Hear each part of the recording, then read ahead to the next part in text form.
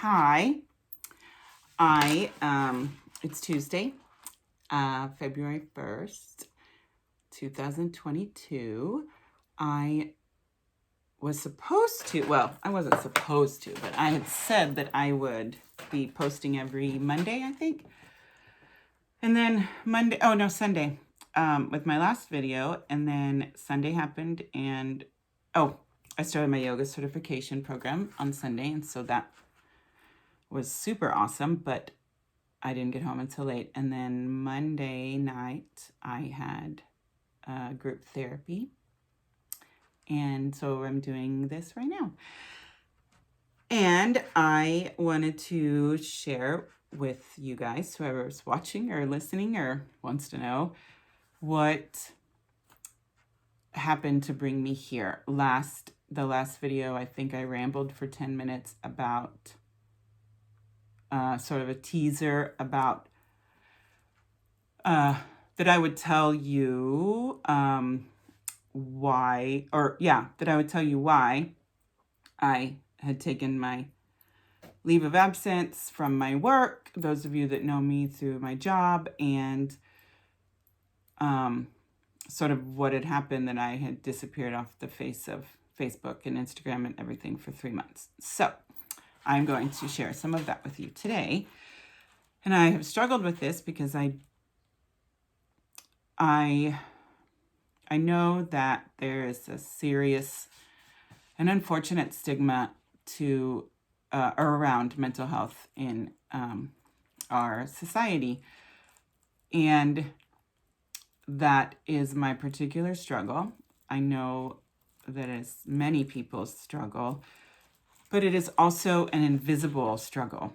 And when you are faced with the knowledge that you can't do anything else except for keep yourself alive and put one foot in front of the other, one day at a time, until you get better out of this dark place that you're in mentally or emotionally,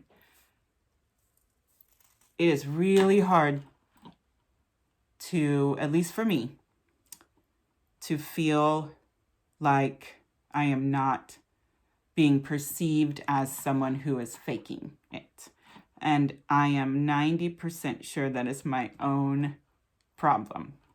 Because one thing that I learned in therapy is that one of the sort of trademarks of someone with complex PTSD is that we mind read. And that means that I assume that I know what other people are thinking about me. And so I make decisions based on what I think they're thinking. And that is not fair. And most of the time it's not true. Like in my last video, I said how I had worried about what people were thinking of me, I think, at Home Depot. And bottom line is, I'm just not that important. Not that I'm not important. I'm just not that important to people that don't know me, or people that even do know me.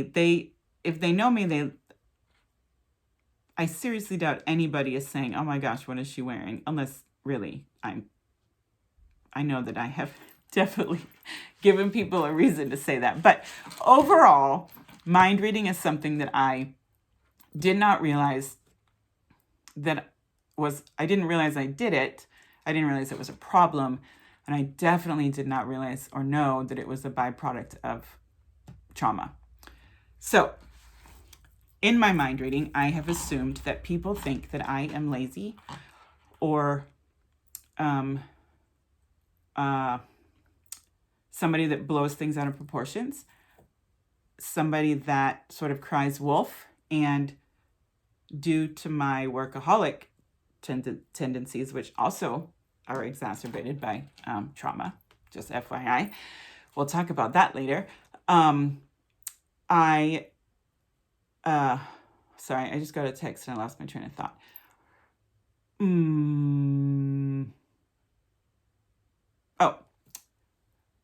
So my insecurity and my trauma has me mind reading and assuming that people are thinking that because I'm not at work, I am physically I don't look like anything's wrong with me, right? I don't have a leg, an injury on a limb, or I'm not in the hospital, or there's not any physical manifestation to my physical body of an injury or a disability. And I'm still not quite sure how much of that is my own sort of discomfort with this reality that I have this serious disability. Honestly, that's what it is. According to the disability definitions for the federal government, I qualify for disability. And that's really, really hard for me to wrap my mind around. Really hard. My ego is pissed. My pride is also has his dukes up. My work, I take a lot of pride in my work ethic. I was raised by two parents that worked very hard for everything that we had, and I saw that. I watched it, and I feel honored that I got to see that.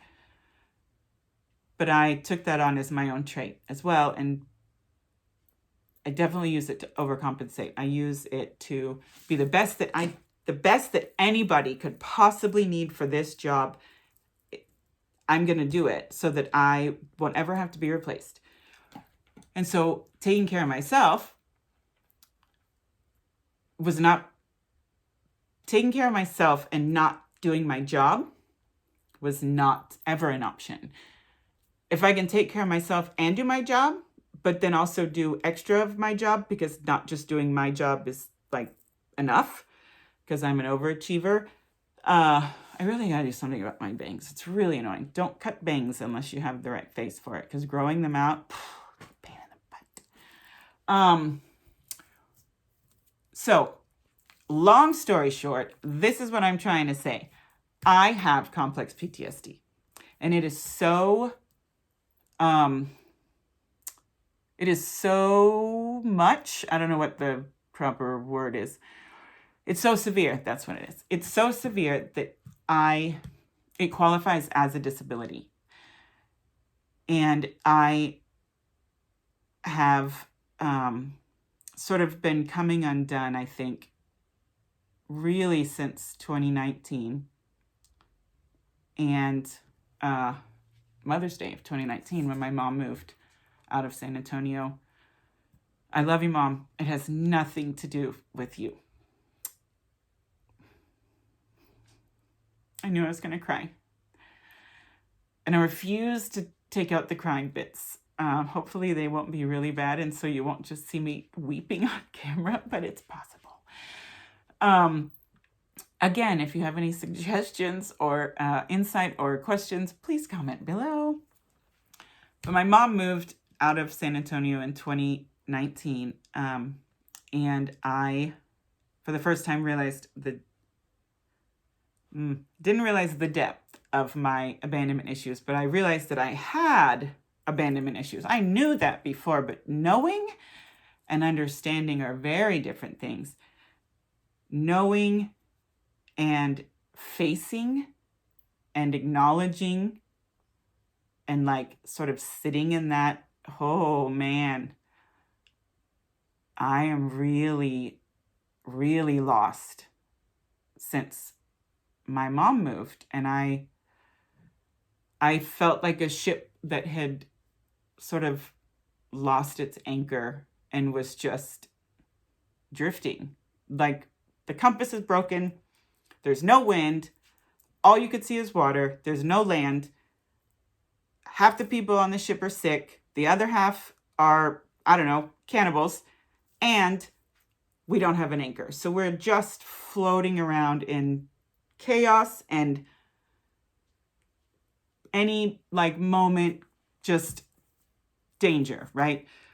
That was me. And then it got worse. And I'll tell that story as we get to know each other, or as you get to know me, because I'm just talking to you. But that's when the unraveling happened, which brought me to here. And hindsight is 2020, right? Hindsight is 2015 for me. I have 2015 vision, except now that I'm 43, it's getting a little worse. But I've always joked that my hindsight vision is better than others because my regular vision is better than others. However, I have learned so much about how my trauma has really, really shaped my entire adult life, truly. And I probably understand or know or faced and like acknowledged maybe a little more than half of it. I really don't know. Some of it I don't even want to know. I just know that there's like these blank spots in my memory, and I don't know if I want to know what's down there. But my disability has grown strong enough or severe enough that my job, which I love and I lived for really until this year, honestly, this school year, my job exacerbated my sort of unraveling mental health. I really had held myself together pretty well, honestly. I'm proud of myself. I really am. I'm proud of myself because I faked it till I made it, and I almost didn't make it, but I did, and I'm here, and I'm not faking anymore. But man, it's tough sometimes. And so I'm off work again. I took a 40-day FMLA leave, a little more than 40 days. I don't know. In October, the end of October, because I had a complete mental breakdown, and I hit the bottom. I really, really, really did. And I will tell you about that another time too. It's beautiful. It's beautiful looking back. But it was really scary at the time. And I am beyond thankful, beyond grateful that I made it, honestly, and that I'm here. And as hard as it is, and as raw as it is, and as exhausting and humiliating sometimes, I made it. And I'm choosing, I don't have to, I'm choosing to share. Because it was so hard for me to ask for help.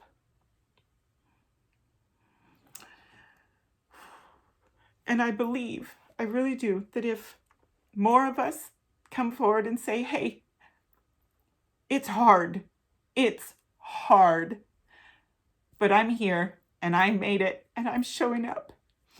And the more of us that do that, the easier it's going to get.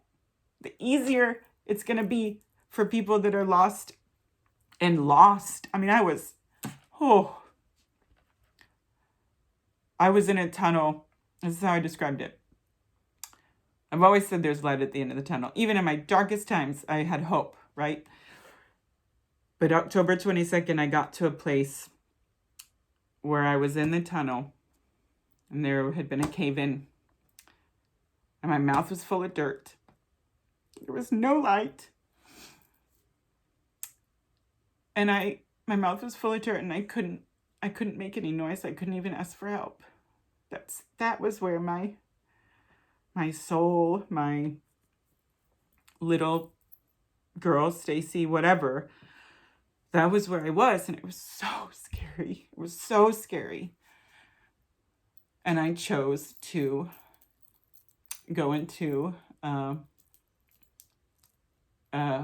treatment program, a local treatment program called Pathlight. It's fantastic. I will share that information with anybody who asks and more. It saved my life, honestly. It saved my life, but it also sort of blew open Pandora's box. And so, holy cow, man. Holy cow, there's a lot in there. And I worked really hard. And then I went back to work January 3rd, and I couldn't do it. And that was really hard to say, because I thought I could, and I wanted to, and I want to so bad. But I have to really target this trauma, the traumas that make it impossible for me to do my job to the best of my ability. That's what I'm working on. So I'm back on FMLA leave. And I'm not at work, and I want to be. And I look normal. I look healthy. I look like I'm fine. And I am. But I'm not fake fine. I'm not, oh, I'm fine. I'm fine. Everything's fine. No. I am okay. That's the kind of fine I am. I am okay. But I am wounded. And I have to get through this so that I can be the me, the mom, the artist, the teacher, the activist, the speaker, the writer, the sister, the daughter, the aunt, everything. So I can be the friend, the person that I was created to be. I have to heal. I have to take this time. And I have to remind myself of that probably every other day, that it's okay for me to say, I need help. I am wounded. Just because you can't see it doesn't mean it's not real. I have to take care of it. So those of you that know me in real life and watch this, coworkers, friends, I hope that I'll come back around to what I started with. I have been hesitant to share any of this because I was worried about what people would think of me. The bottom line is, I know what I think of me, and I like me a lot. And the more I get to know the real me, the one underneath all of the scars and the scabs and the everything, that girl is amazing. She's hilarious. She's kind. She remembers things, which is shocking because the one that I was before did not remember anything. Trauma does that too. This new version of me is not going to cut her hair anymore because I don't know. I don't feel the need to have to change. I used to dye my hair a lot. So I've been struggling with that too, because I have like chingos of gray hair that I didn't know I had. And I'm gonna try to let it just be. Because it's okay. It is okay to be who I am. And even if I don't know, and even if it hurts, and even if I'm crying, and even if I'm struggling, I'm going to wake up, I'm going to show up, and I'm going to do the best that I can every day for me, so that I can do the best that I can for others. I deserve it so that I can serve. And that's my heart. So that was part 2 of lots of parts. My daughter turned 17 today. And so happy birthday, Annabelle. I love you. I'm proud of you. And I'm proud of me. So good job. Keep it up, guys.